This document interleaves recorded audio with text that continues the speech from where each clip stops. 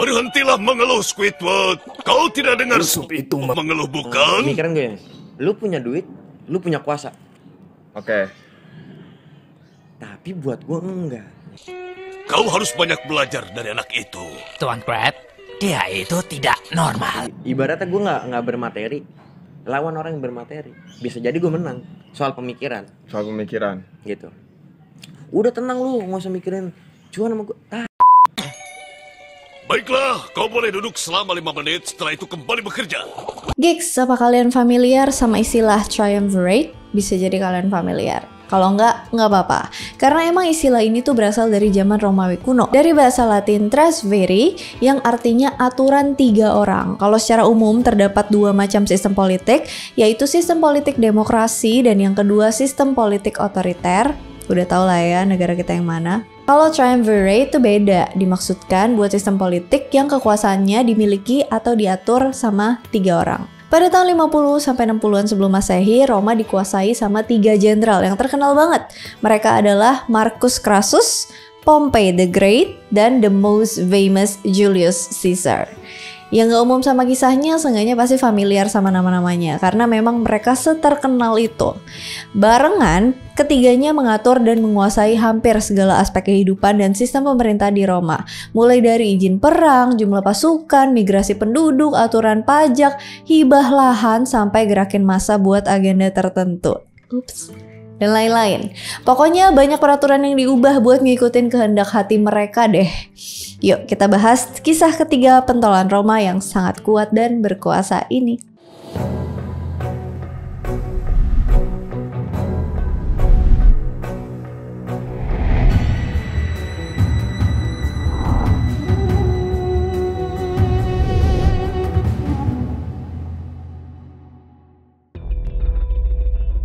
Sistem pemerintahan Roma. Sebelum kita masuk ke personal masing-masing, aku mau ngejelasin dulu sistem pemerintahan di Roma yang adalah republik. Dibuat seperti itu supaya kekuasaannya rata tanpa ada yang lebih kuat secara personal.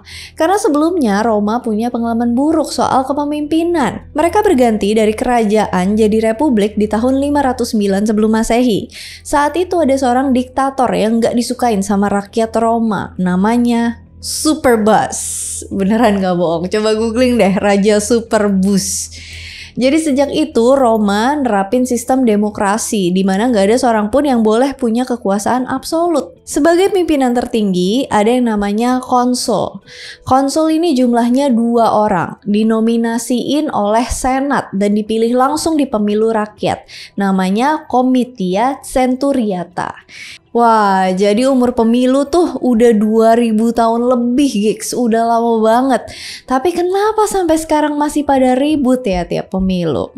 Apa tugasnya konsul ini? Dia ngasih imperium, keputusan akhir yang akan dilakuin oleh Roma. Misalnya, satu jenderal mau maju kampanye barang, harus lewat persetujuan konsul. Begitu juga kalau mau masukin undang-undang, lewat persetujuan konsul.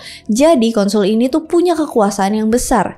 Kekuasaan sebesar itu, untungnya cuma bertahan setahun, karena setiap tahun ada pergantian konsul. Nah, tadi kan aku bilang ya, konsul tuh berjumlah 2 orang. Sistemnya masing-masing konsul berkuasa ganti bulan. Misalnya bulan ini si A berkuasa, bulan depannya si B. Dan bagusnya kalau si A nggak setuju sama keputusan si B di bulan dia berkuasa, dia bisa ngeveto atau ngebatalin putusan si B. Nah, jadi udah kebayangkan gimana susahnya berkuasa di Republik Roma. Sistem pemerintahannya sudah didesain sedemikian mungkin supaya nggak ada yang berkuasa mutlak. Dan bukan cuma konsul aja, ada yang namanya praetor, quaestor, aedilis, censor, dan tribune of plebs. Masing-masing itu adalah jabatan politik di Roma dengan tugasnya masing-masing. Praetor bisa dibilang jabatan di bawah konsul, berjumlah 8 orang. Mereka bisa gantiin konsul kalau konsulnya lagi berhalangan. Tugas utama praetor itu jadi hakim rakyat.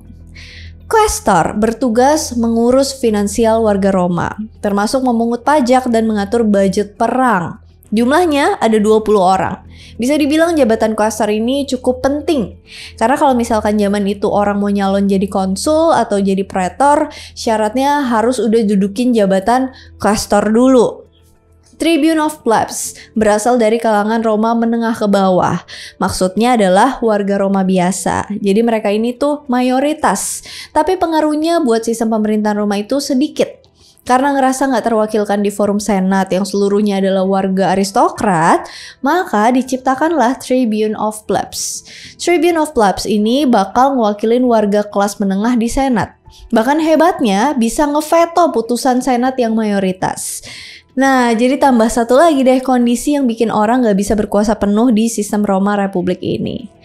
Tapi, apa benar sistem sebagus ini tuh mencegah diktator? Ternyata tidak. Semua jabatan akan tetap bertekuk lutut di bawah satu hal. Apakah itu? DUIT, duit. Marcus Licinius Crassus. Kita masuk ke triumvir yang pertama, Marcus Crassus. Atau biasa kita sebut aja Crassus, lahir di tahun 115 sebelum Masehi. Dia memulai karirnya di Roma sebagai pendukung jenderal bernama Lucius Sulla yang waktu itu terlibat persaingan sama jenderal Gaius Marius. Persaingan ini berbuntut panjang, bisa dibilang civil war, skala besar pertama di era Republik Roma. Dan pada saat itu, Sulla yang menang. Dia pun jadi diktator di Roma. Tapi entah kenapa, Sulla ini tuh unik nih. 2 tahun setelah menang, dia malah pensiun dan tinggal di kampung halamannya. Masa pensiunnya dihabisin buat nulis memoir dirinya. Ternyata sebenarnya tujuan utama Sulla itu tuh cuman buat ngalahin Marius, bukan untuk menguasai Roma. Jadi, orang-orang, terutama senat, bernapas lega karena sistem demokrasi di Roma masih bisa berjalan. Oke, kita balik lagi ke Crassus. Sebagai pendukungnya Sulla, dia auto kecipratan tuh hasil jarahan yang melimpah dari hasil kemenangan Sulla. Crassus yang awalnya emang udah bergelimang harta, jadi makin sultan, jadi makin tajir. Harta dan bisnisnya sendiri berkisar antara properti, jual beli budak, dan tambang perak. Plutarch, seorang sejarawan Romawi, menilai kekayaan Crassus bertambah dari 300 talenta menjadi 7.100 talenta. Di zaman sekarang nilainya sama dengan 13,7 miliar US dollar. Wow nggak sih? Selain itu, Crassus juga suka pakai cara-cara licik buat nambah aset kekayaannya. Contohnya, di Roma itu sering banget kebakaran. Tapi buruknya belum ada departemen pemadam kebakaran. Jadi Crassus bikin damkarnya sendiri. Kalau ada rumah kebakaran, dia bakal datang ke sana, ketemuin pemilik rumah dan langsung nego rumahnya. Iya, kalian gak salah denger. Jadi bayangin nih, ada rumah kebakaran, damkarnya dateng kan, kirain udah mau madamin, taunya si Crassus turun dari damkar langsung ngomong, "Berapa rumah lo? Gue beli." Tapi murahin ya, udah bakal jadi abu, gak bakal ada yang mau beli lagi. Pemilik rumah panik kan, terpaksa jual dengan harga murah. Setelah deal, damkar pun beraksi madamin api. Api padam, properti yang udah jadi milik Crassus pun dibuat ulang, direnovasi dengan biaya yang murah, pakai jasa konstruksi punya dia juga. Setelah rumah beres direnovasi, dia sewain deh tuh rumah ke pemilik aslinya. Kalau misalkan pemilik asli nggak mau, ya udah disewain ke orang baru. Strategi bisnisnya licik banget. Biasanya yang begini-begini ngincer kursi di politik nih. Kebetulan waktu itu di tahun 73 sebelum Masehi ada sesuatu terjadi di selatan Italia. Ada seorang budak yang mimpin pemberontakan namanya Spartacus. Crassus yang waktu itu menjabat sebagai praetor ditunjuk senat buat ngeberesin si Spartacus. Crassus semangat banget dong karena kalau misalnya dia berhasil menang dia bakalan tenar di Roma. Masalahnya dia juga adu cepet sama jenderal lainnya, Pompey dan Lucullus. Mereka juga OTW ke Spartacus. Di waktu itu nama Pompey the Great itu tenar banget, mungkin yang paling terkenal seantero Roma. Singkat cerita, Crassus dan Spartacus ketemu dan bertempur selama berapa kali, sampai akhirnya di pertempuran Sungai Silarius, akhirnya Crassus ngalahin Spartacus. Crassus berhasil nangkep 6.000 budak hidup-hidup. Spartacus meninggal di medan perang. Tapi tubuhnya tidak pernah diketemukan. Sas. Ribuan budak yang sekarang jadi tawanan Crassus disalibkan di sepanjang jalan Via Appia sebagai bukti kemenangannya. Alik ya. Dari kemenangan ini, as expected, Crassus makin populer. Dia pun kepilih jadi konsul di 70 sebelum Masehi. Dan menariknya, rekan konsulnya adalah Pompei, saingannya sendiri. Kemudian di dekade selanjutnya, muncul seorang anak baru yang jadi rising star di perpolitikan Roma. Tidak lain tidak bukan Julius Caesar. Ngelihat Caesar punya potensi, Crassus pun ngebiayain karir politik Caesar.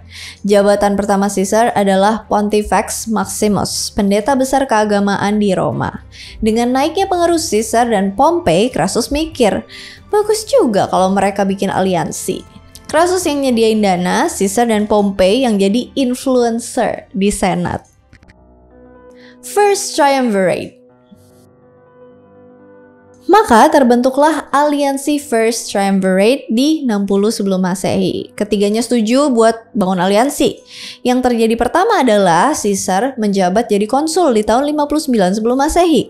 Dari situ dia buat banyak kepentingan yang nguntungin 3 sejoli, Caesar, Pompei, Crassus. Contohnya undang-undang agraria yang memberikan hibah tanah kepada tentara-tentara veteran Pompei.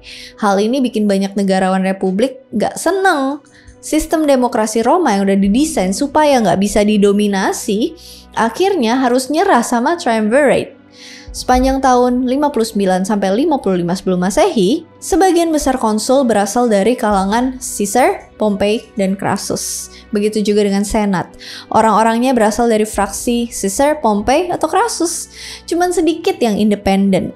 Di tahun 55 sebelum Masehi, Crassus dapat jatah jadi konsul sekali lagi bareng Pompei. Tentu aja dia buat kebijakan yang nguntungin dirinya. Misalnya di tahun berikutnya dia jadi gubernur Roma di Syria. Kenapa Syria?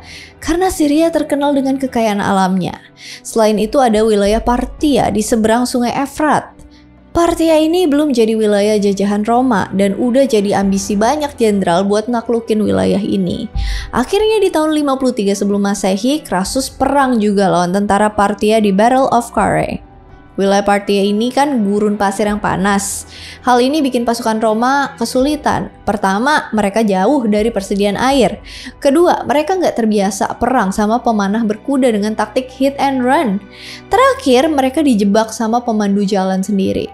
Kesulitan-kesulitan ini akhirnya bikin Crassus nggak punya pilihan lain selain nyerah. Crassus pun ditahan dan akhirnya dia dieksekusi di tahun 53 sebelum Masehi. Ada cerita bahwa emas cair dituangkan ke dalam mulut Crassus sebagai simbol keserakahannya. Hilanglah sudah satu triumvir. Gnaeus Pompeius Magnus. Kita ke triumvir yang kedua, Pompei. Pompei the Great. Lahir tahun 106 sebelum Masehi. Sama seperti Crassus, Pompei pun awalnya adalah supporter Sulla. Namun bedanya kemampuan militer Pompei jauh lebih hebat. Di usia muda, Pompei adalah jenderal yang kuat. Tubuhnya tegap tinggi, sosoknya berkarisma, dia sangat dihormati pasukannya. Tentaranya ngasih julukan ke dia Magnus, yang artinya The Great, makanya namanya jadi Pompei the Great. Kalian ingat gak di awal tadi aku cerita kalau Sulla menang? Nah, pas Sulla menang, pasukan musuhnya akan lari tuh ke pulau Sisilia dan Afrika. Mereka ini dikejar sama Pompei dan pasukan besarnya. Dan mereka ditumpas habis sama Pompei. Semua orang di Roma menganggap ini sebagai kemenangan besar dan menganugerahkan triumph kepada Pompei. Apa itu triumph? Triumph itu parade militer terhadap jenderal dan pasukan yang menuai kemenangan penting. Parade ini diakui Senat dan disaksikan sama warga Roma di sepanjang jalan. Triumph ini bisa dibilang amat penting bagi para jenderal Roma karena popularitas mereka akan naik tajam. Selama parade, pasukan akan memamerkan hasil jarahan, juga tawanan perang. Ujung dari parade adalah kuil Jupiter, di mana mereka akan memberikan persembahan buat dewa Jupiter. Jupiter ini versi Roma. Kalau versi Yunaninya ya Zeus. Nah, setelah triumph, Pompei jadi makin terkenal di Roma. Apalagi waktu itu kan dia masih muda banget, masih 20 tahunan. Tapi itu belum cukup. Tahun 76 sebelum Masehi, dia nyebrang ke Iberian Peninsula buat ngeredam pemberontakan lain. Kali ini dia berhadapan dengan Sertorius yang didukung sama suku lokal dan sisa pendukung Marius. Perang ini berlangsung selama 3 tahun dan akhirnya Sertorius dibunuh sendiri oleh rekannya Perpenna pada tahun 73 sebelum Masehi. Perpenna sendiri lalu dieksekusi sama Pompei. Sang jenderal pun menang di pertempuran ini. Sewaktu pulang ke Roma, lagi-lagi Senat menganggap kemenangan ini penting. Pompei pun dianugerahin triumph kedua. Dalam pikiran Pompei, udah bisa nih gue calonin diri buat jadi konsul. Semua orang mikir gitu. Sayangnya pada saat itu dia dianggap masih terlalu muda. Umurnya masih 35 tahun. Tapi karena jasanya yang terlalu besar, akhirnya Senat setuju ngasih dia jabatan co-konsul di bawah arahan Crassus. Setelah jadi konsul, otomatis popularitas Pompei makin meroket. Tapi hal ini gak bikin dia ngelepasin medan perang. Dia tetap jadi seorang jenderal yang seneng banget sama perang. Dan sekarang dia coba peruntungan di laut. Bajak laut ini tuh udah jadi masalah besar yang cukup lama bagi Roma. Sebagai upaya memberantas bajak laut, Senat ngasih 15 pasukan untuk Pompei. Pompei gercep, penuhin laut Mediterania dengan patroli, sampai-sampai gak ada kapal bajak laut yang bisa kabur. Sarang di Sisilia pun dihancurin sama Pompei.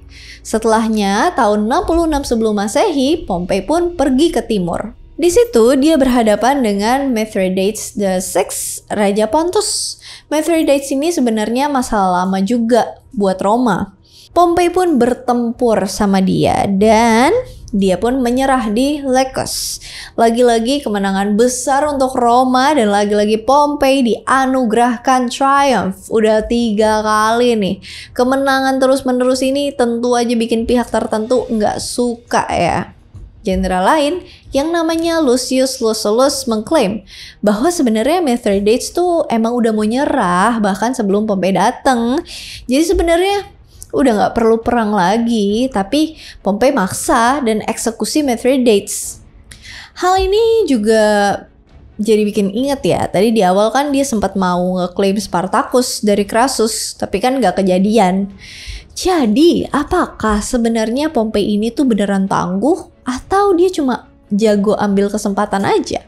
Masih perdebatan antar historian. Oke, kita kesampingin problem itu dulu. Intinya, jajahan Roma semakin luas di timur, bahkan sampai ke Yerusalem dan Syria. Pompei yang nganggep jasanya udah gede banget, minta ke Senat buat bayar tentaranya dengan uang dan lahan. Sayangnya Senat nggak bisa nyanggupin permintaan itu. Pompei pun sakit hati. Tapi pada saat itu muncullah sosok Julius Caesar sebagai rising star. Julius Caesar yang baru aja berambisi buat jadi konsul, ketemu sama Pompei. Dengan dukungan Crassus juga Pompei di tahun 59 sebelum Masehi, Caesar pun duduk di kursi konsul.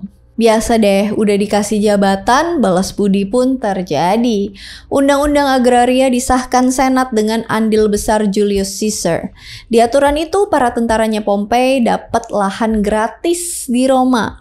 Masih ingat kan kalau konsul A tuh bisa ngebatalin putusan konsul B di awal cerita? Nah, itu terjadi, gigs. Bibulus adalah rekan Caesar waktu dia jadi konsul dan dia nggak suka sama kebijakan Caesar. Mau tahu apa yang terjadi sama Bibulus setelah menentang Caesar? Dia diserang massa, dilempar dari forum dan ngabisin sisa jabatan konsulnya jadi tahanan rumah. Kasian ya. Ketiga triumvir ini bukan cuma populer di Senat, mereka juga populer di mata rakyat. Jadi siapapun yang menghalangi mereka bakal berhadapan dengan rakyat Roma. Dan hal ini bikin triumvirate merajalela di Roma. Dengan Senat dipenuhi faksi-faksi Pompei, Caesar, dan Crassus. Tahun 55 sebelum Masehi, sekali lagi Pompei dan Crassus menjabat konsul yang tadi udah diceritain ya. Namun sayangnya Crassus harus meregang nyawa ketika ketemu pasukan Parthia. Jadi triumvir tersisa 2. Oke, apa yang terjadi ketika ada 2 sosok dominan di dalam pemerintahan? Kita coba flashback ke tahun 2014. Ada apa nih? Loh, nggak bahaya tak? Saat ada 2 sosok dominan di satu wilayah kekuasaan, pasti salah satu mau tampil lebih dibanding yang lain. Pencapaian Caesar mulai bikin masyarakat Roma seneng. Dia kampanye militer ke Gaul dan berhasil nangkepin pemimpin-pemimpin musuh. Setiap hari, Caesar ngirim berita kemenangannya ke Senat dan hal ini bikin mereka berdecak kagum. Buat yang belum tahu, Gaul itu adalah Prancis era kuno. Wilayahnya luas banget dan masih dipenuhi sama suku barbar. Jadi wajar kalau pencapaian Caesar dianggap tinggi sama Senat. Apalagi Caesar udah sempat nyebrang ke Inggris. Sementara itu, Pompei yang lagi di Roma pun masih pengen punya pengaruh di Senat. Hasilnya tahun 52 sebelum Masehi, dia sendirian jadi konsul di Roma. Kok bisa sendirian? Biasa kan konsul ada 2 orang ya. Jadi politik Roma di tahun itu tuh lagi bergejolak dan Senat pun lagi dipenuhi sama faksi-faksi yang punya banyak kepentingan. Apalagi banyak kekerasan dan kriminal terjadi di jalanan. Jadi sebagai jalan tengah mereka minta Pompei menjabat sebagai konsul sendirian buat bikin semua orang tenang. Tentara Pompei kan terkenal kuat, jadi orang-orang gak berani bikin aksi kriminal. Dengan dukungan penuh Senat, maka Pompei pun makin berkuasa di Roma. Dia bersenang-senang di Theater of Pompey. Tentu aja prestasi Caesar yang makin berkilau pun gak luput dari matanya. Hasilnya tahun 50 sebelum Masehi, Senat ngeluarin keputusan buat membubarkan pasukan Caesar dan ninggalin wilayahnya di Gaul. Caesar kaget dan bingung. Saking lamanya bermukim di Gaul, dia cuma tahu sebatas isu-isu Senat aja. Padahal Caesar berencana buat ikut eleksi konsul di tahun berikutnya. Hal ini tentu aja bikin Caesar resah. Apa bener ya Senat sekarang udah di bawah pengaruh Pompei? Apalagi yang cukup vokal di Senat kayak Cato, Bibulus, dan Curio ini adalah orang-orang yang punya kedekatan sama Pompei. Oleh karena itu, dia pun ngelakuin hal yang gak pernah dilakuin oleh Jenderal Roma sebelumnya. Dia nyebrang sungai Rubicon sama pasukannya. Padahal menurut aturannya, Jenderal Roma tuh gak boleh nginjekin kaki di kota dengan membawa pasukan. Tapi niatnya si Caesar jelas, dia mau ngelawan Pompei. Maka habislah sudah persekutuan Triumvirate dan berakhir dengan Civil War antara Julius Caesar dan Pompey the Great. Perang pun dimulai tahun 49 sebelum Masehi. By the way, Civil War ini skalanya gede banget ya gigs. Mulai dari Hispania, Italia, Yunani, Asia Kecil, bahkan sampai Afrika. Mungkin inilah yang bisa disebut sebagai Perang Dunia Pertama ya. Alright, berakhir sudah kisah First Triumvirate ini yang sayangnya selesai dengan perang sipil. Ya mau gimana lagi kalau ada 2 sosok besar, pasti yang satu tuh pengen lebih daripada yang lain. Tentang hasil akhir, kita udah sama-sama tahu siapa yang menang dari perang sipil ini. Sosok itu kemudian jadi diktator Roma yang terkenal seantero bumi. Atau mau dilanjutin ceritanya? Kita juga belum bahas triumvir ketiga nih, Julius Caesar. Mungkin bakal kita bahas sendiri karena kisah beliau ini emang menarik banget. Ditunggu aja ya untuk lanjutannya. Buat sekarang, aku ciao dulu. Thank you so much for watching. I hope you guys like it and I'll see you again on my next video. Bye-bye. Marcus listen tapi nah antara gimana